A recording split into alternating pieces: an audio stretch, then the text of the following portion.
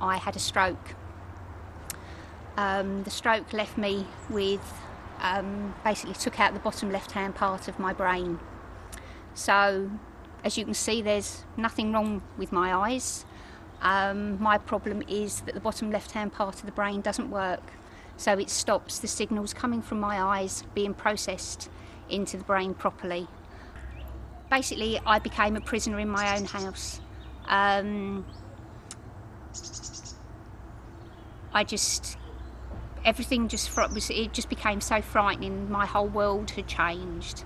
All I remember is sitting on my bedroom floor. My husband was due to go back to work or start his new job, and I just decided that I couldn't spend the rest of my life just sat in a house anymore. I'd worked so hard to get health-wise to where I was that I wasn't prepared that this was now how my life was going to be. I needed to get my life back.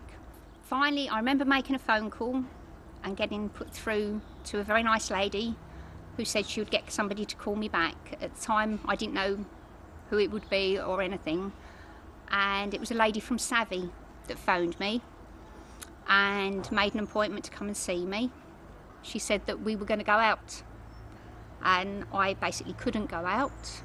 So she had patients with me to work through all the panic attacks, and she started getting me outside the house. She came with me to my son's school, so I actually could take and collect Fred from school. Instead of everybody else always doing it, I was going to get some part of being or having my life or aiming to get my life back to what I wanted it to be. I was able to do what I should be doing, which is taking my son to school. Something that most people take for granted. Something that I wanted to do, but I couldn't do before. But this way, I actually could take, and I felt so proud being able at my age to take my own son to school. Amanda also sorted out some counselling for me that we had at SAVI.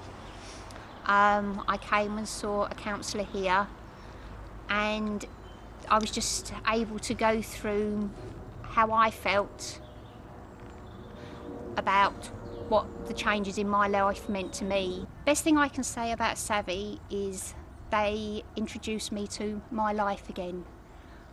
I now have a guide dog. Without SAVI, I wouldn't have been able to get Nadia.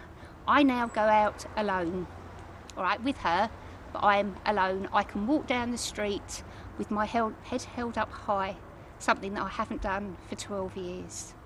And without SAVI, I wouldn't have been here. I wouldn't have been able to be with people and actually feel like I fit in instead of feeling like an outsider.